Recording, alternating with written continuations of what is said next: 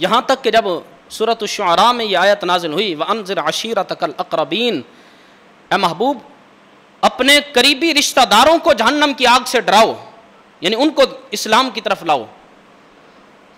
تو حضور علیہ السلام کوہ صفا پر تشریف لے گئے، صفا کی پہاڑی پر، اور آپ علیہ السلام نے سب قریش کو بلایا، دعوت دی کہ میری بات سنو.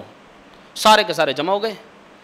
تو وہاں کھڑے ہو کر حضور علیہ السلام نے سب قریشیوں سے پوچھا، فرمایا بتاؤ اگر میں تمہیں یہ کہوں کہ اس صفا کی پہاڑی کے پیچھے سے ایک لشکر آ رہا ہے جو ابھی ہم پر حملہ آور ہو جائے گا اور ہم پر حملہ کرے گا، دشمن کا ایک لشکر آ رہا ہے، اگرچہ تمہیں نظر نہیں آ رہا، کیا تم میری بات کی تصدیق کرو گے؟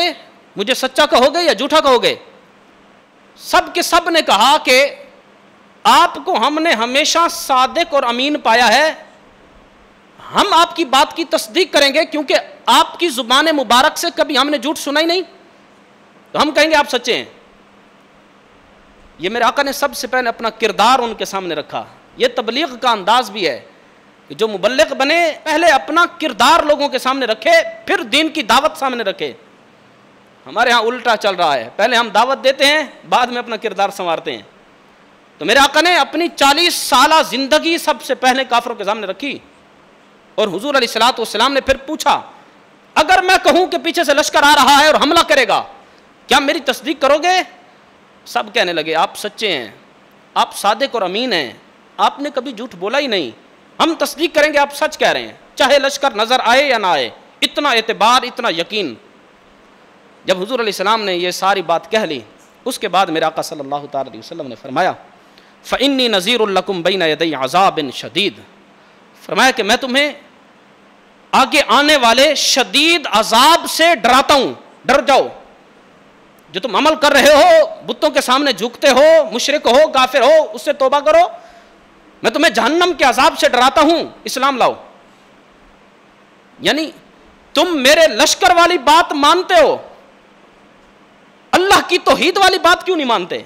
زبان تو وہی ہے نا. لشکر نظر نہیں بھی آ رہا تو تم کہتے ہو آپ صادق اور امین ہیں، سچے ہیں. وہ بات سچی ہو سکتی ہے تو کیا یہ بات سچی نہیں ہو سکتی کہ اللہ ایک ہے، اللہ وحدہ لا شریک ہے، جہنم ہے، جنت ہے؟ تو میرے آقا نے سب سے پہلے وہ بات رکھی، پھر فرمایا کہ میں تمہیں اللہ کے عذاب سے ڈراتا ہوں. جب حضور علیہ السلام نے یہ فرمایا فقال ابو لہب تبا لک لہذا دعوتنا جمیعا، یہ بدبخت ابو لہب بولا، حضور کا سکا چچا، ہاتھ بلند کر کر کے کہتا تھا تبا لک، معاذ اللہ آپ ہلاک ہو جائیں، لہذا دعوتنا جمیعا، کیا آپ نے ہم سب کو اس کام کے لیے بلایا تھا؟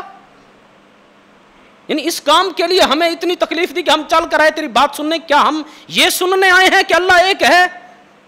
ہم اپنے بتوں کو چھوڑ دیں، باپ دادا کے دین کو چھوڑ دیں؟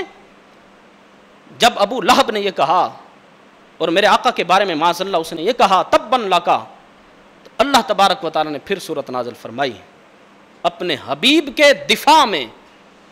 اللہ نے فرمایا تبت یدا ابی لہب وتب، ابو لہب جو ہاتھ بلند کر کر کے میرے آقا کے خلاف باتیں کر رہا تھا، اللہ نے فرمایا ابو لہب کے دونوں ہاتھ ٹوٹ جائیں.